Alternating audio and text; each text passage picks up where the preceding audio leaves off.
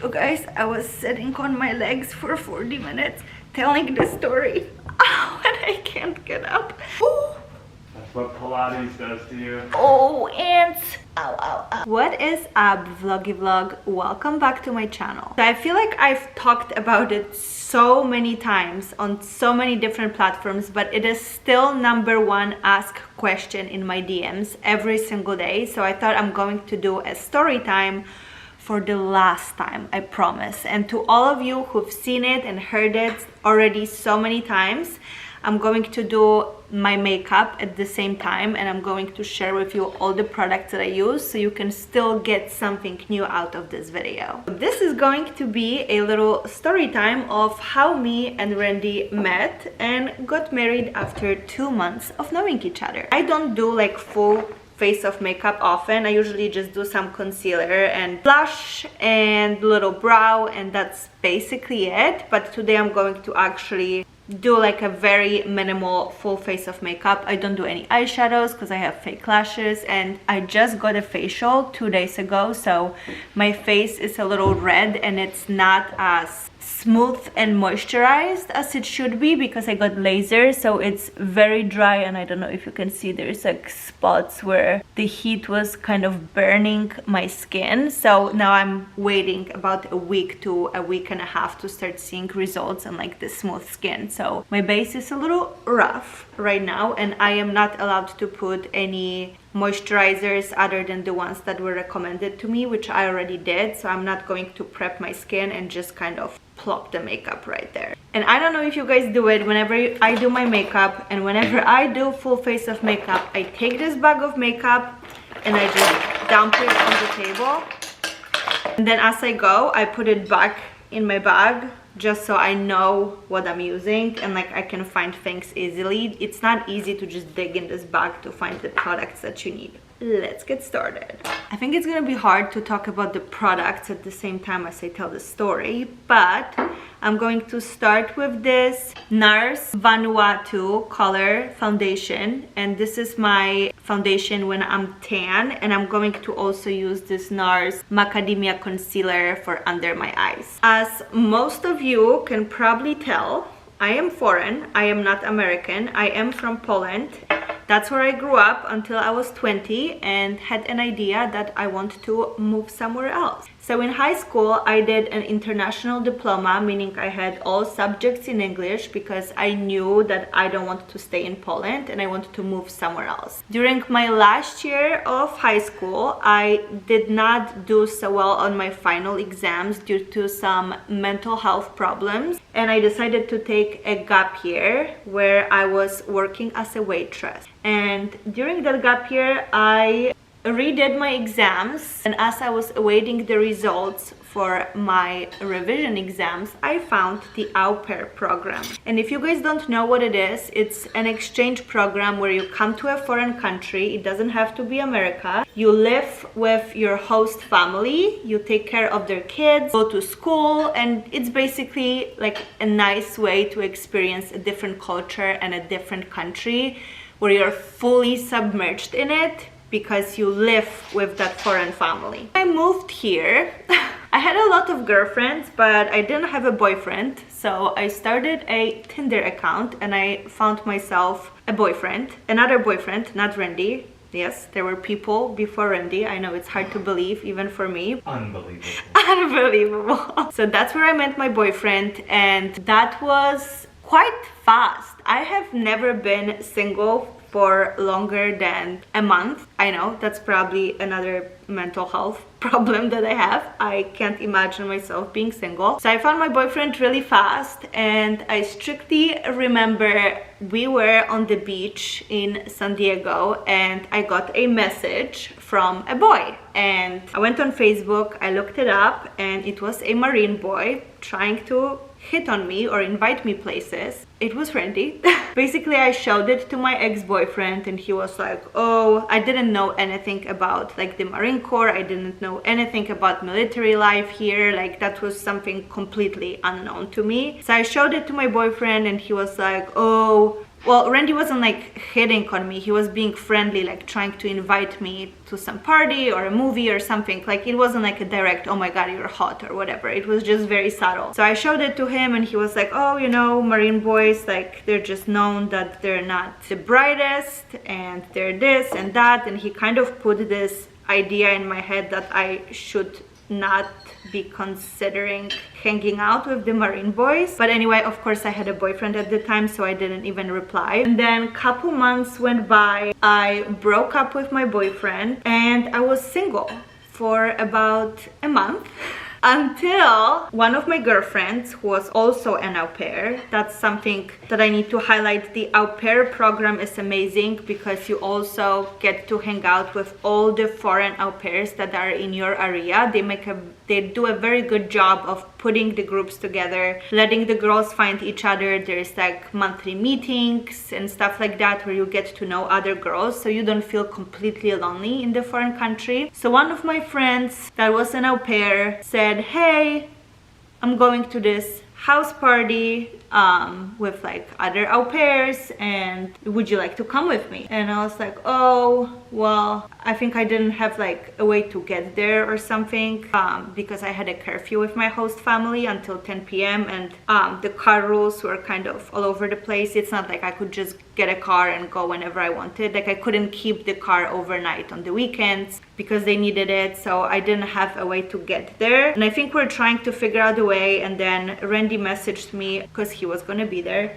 I'm gonna pick you up and then I can drop you off, whatever. But I was playing hard to get, so I think I was not replying, or I replied something that, oh no, like I got this, I'll figure out another way. So my girlfriend picked me up, we went to this house party, and I remember we got out of the car and Randy and his friend were on the sidewalk outside greeting us. Which, funny fact, like all of them tried to message me a lot of times, and I don't remember if I was not replying prior to that or if I was just being really difficult. Anyway, that's when we met. We started kind of hanging out. I don't remember. Do you remember even the first party, like what happened? We're probably super drunk. Like I was 20 at that time, and drinking age in America is 21. So in Poland, it's 18. So I used to... Huh? We played beer pong. Definitely getting trashed. Drinking age in Poland is 18 and in America it's 21, so I couldn't really go to any bars, so only the house parties was like my way to go party. Because all my other girlfriends, the au pairs, they were above 21, so if they wanted to go out they could, and I kind of felt left out. But thank God we found this amazing group of friends, bunch of Marines, bunch of au pairs that we would get together on the weekends. I don't know, like looking from the perspective, it was such an amazing group of friends because we didn't do anything productive. Like we didn't go, like we went like on 2 trips, but most of the weekends we were just sitting in this apartment of our friend, just getting drunk and doing nothing. So that first party we were definitely getting drunk, playing beer pong. Nothing happened, of course. I am Polish, so I am hard to get. We're kind of just chatting and stuff like that, and I think the next weekend came along and Randy was like, oh, he lived right next to my house because I lived very close to the US Marine Corps base. He was like, oh, like let me pick you up, let's go to this party again, to the same house together. And we did, and we went, what restaurant we went to? The first time me and you were hanging out by ourselves. Before the party though. No, you picked me up and we went to the fast food place. Yeah, but that was just, we were just stopping at the fast food spot. I know, before the party. No, because you're gonna say like I took you out. No, that wasn't a date. No, that was the second time ever I saw Randy. I'm like, pretty sure it was a Carl's Jr. Carl's Jr. And or some other. By it to grab something to eat because I hadn't eaten. Yeah, but that was the first time. Yeah, I didn't even eat. It wasn't a date. Anyway, we're broke at the time, so even if it was a date, it's on a different scale, okay? And that's fine. You don't need to be taken to a 5-star restaurant every single time. It wasn't a date. So that was the first time me and Randy get to like hang out, just the two of us. And I think that was like the beginning of our friendship. I just felt really heard and seen, and I just felt really good and safe around Randy. So we kind of became those best friends really quick. And I remember I had my classes in San Diego, which is like an hour away from Oceanside where we used to live. And my curfew would be 10 p.m. but my host parents would let me take the class that ended at 10 p.m. So after 10 p.m. I had to drive an hour back to Oceanside. And Randy would come to San Diego, to my school, to see me for 5 minutes and then drive back. That was amazing. I mean, after my previous boyfriend, that was before Randy, that was very refreshing, because I would say my previous boyfriend did not try. He did not even pick me up once from my home to bring me to his house. I had to take a train or a car. Red flag. That's why Randy is my husband, not my ex-husband, not my ex-boyfriend. The product I used, sorry, a little break. This Hourglass bronzer in shade No Idea, because it's scratched off, but it's so beautiful and it's very subtle. Then I used this Charlotte Tilbury Airbrush Flawless Finish in it's #1, and you need to have it. My friend put me on it. If you have like an oily skin, this will literally put a Facetune filter on your face. It's amazing and it's a must-have. And the Rare Beauty blush in Hope. I also love this blush from NARS. It's called Orgasm X. And I also love this one. It's Pale Petal by Mario. Oh, let me put a little bit more blush on. After that, I'm going to use the Iconic Illuminator and Iconic Setting Spray. Where was I? We started to hang out, and then things were going really great. We're very good friends, and I was supposed to go back home, so something switched in me where I became extremely rude and mean to Randy, and I started ghosting him, just being extremely difficult and mean. I remember I would still invite him over, but then we would sit in silence for hours because I didn't want to talk to him. And I think it was happening because I knew I like him.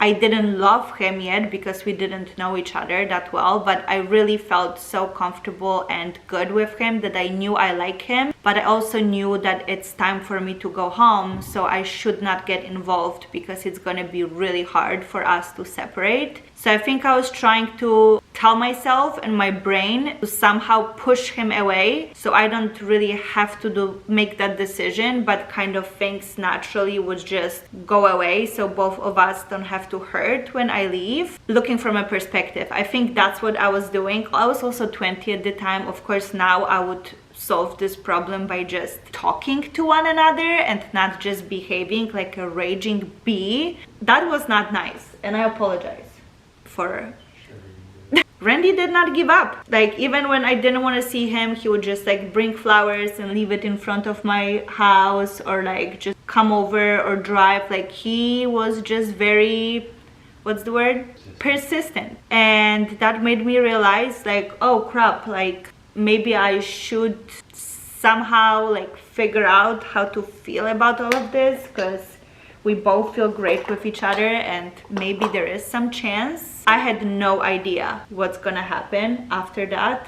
Then May came along and we decided to go to EDC, which, if you don't know where it is a giant electronic music festival in Las Vegas. And that was supposed to be basically our goodbye to each other, like our last time having fun together. And I already had my flights back home. In the meantime, I also got the news that I got into medical school, so I was supposed to start in September, and everything was just lined up back home in Poland. And we went to this festival. We had obviously an amazing time. We had way too much fun, if you know what I mean. After we got back, the reality kind of hit us and we realized we will have to separate, and all those good times are just gonna be gone and we have to go back to our normal lives. And that is when the idea of getting married popped to our heads. We're both extremely sad, and It was my idea. I don't know whose idea it was. It was my idea. I asked you. I suggested the entire thing. Of course you did. But you didn't even have like a part in it. Yeah, that might be true. I think Randy was the one initiating it. Of You, course. I think at first said no. I'm pretty sure. I was difficult about everything. And of course, I had my medical school. Like I thought that would be my biggest dream, to be a doctor. It was not my dream. It was my parents' dream, looking from the perspective. Things just happened very quick after that. So Randy suggested us getting married. Of course, I had no idea how all of it works. And to all of you thinking I got married for a green card, I had no intention of staying in this country. My life was lined up back home in Poland. I was not forcing anything. It was not my idea. Randy suggested it.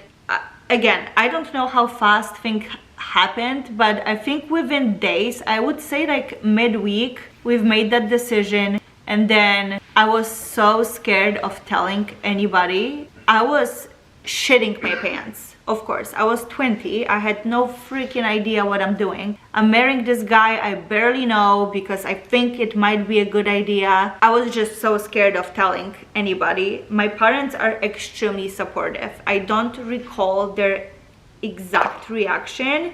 I think mostly they were just disappointed that, of course, I'm not going to go to medical school. But I am a pretty reasonable and relatively smart person. So I think they were trusting my judgment and maybe thinking, oh, you know, I've never made really like terrible decisions in my life. Like all the decisions I've made were decisions to push me further and like achieve more. And I'm always, till this day, an overachiever, and I just always strive for more. So I think they knew that if I'm making that decision, there must be something that's telling me that that's the right decision. So I think they were not really trying to talk me out of it or like being judgmental. My host family was very judgmental. I told them probably a day before the wedding, hey, by the way, like I'm not leaving and I'm actually getting married.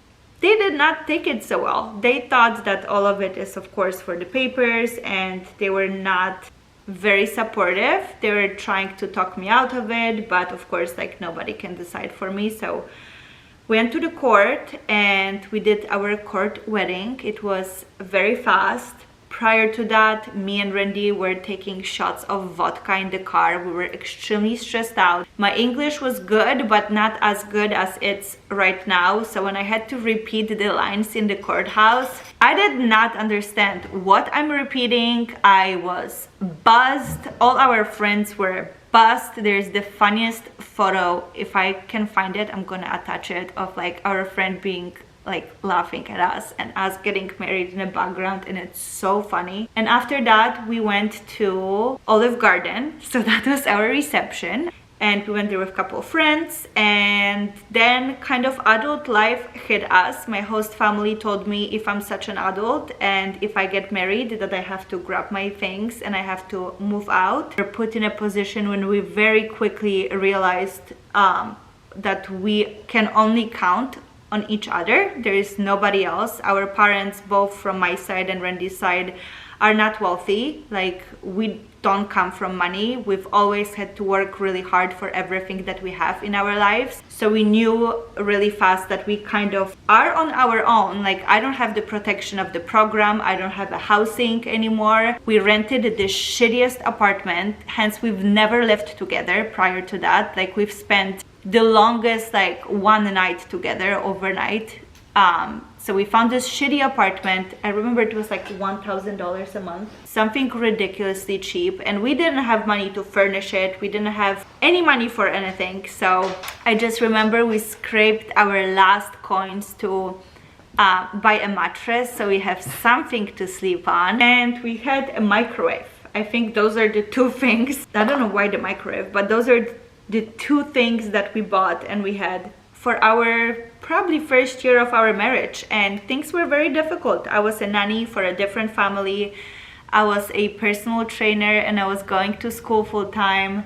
and I would leave the house at like 5:30 and come back sometimes at 11 because I had classes that would end at like 10:30 p.m. Randy was a Marine and was also working all the time. We barely saw each other. We were fighting all the time because we were struggling with money, and when you don't have money to pay your bills or to buy food, there is a lot of tension in your relationship. We still, of course, were best friends and like we wanted to make it work, but things were very, very challenging and difficult for us until social media started, and I decided in January 2017 that I'm going to post on social media every single day, regardless of where it's gonna take me and what's gonna happen. And I was a personal trainer at the time, so I was doing a lot of fitness videos and like meals and stuff like that. I remember I wanted to take my career a little further, so I reached out to a couple of photographers in LA and they sent us our rates, and the rates were outrageous for what we had at the time. And that is the time that Randy was like, you know what, like I see you're so serious about it, you're posting every day,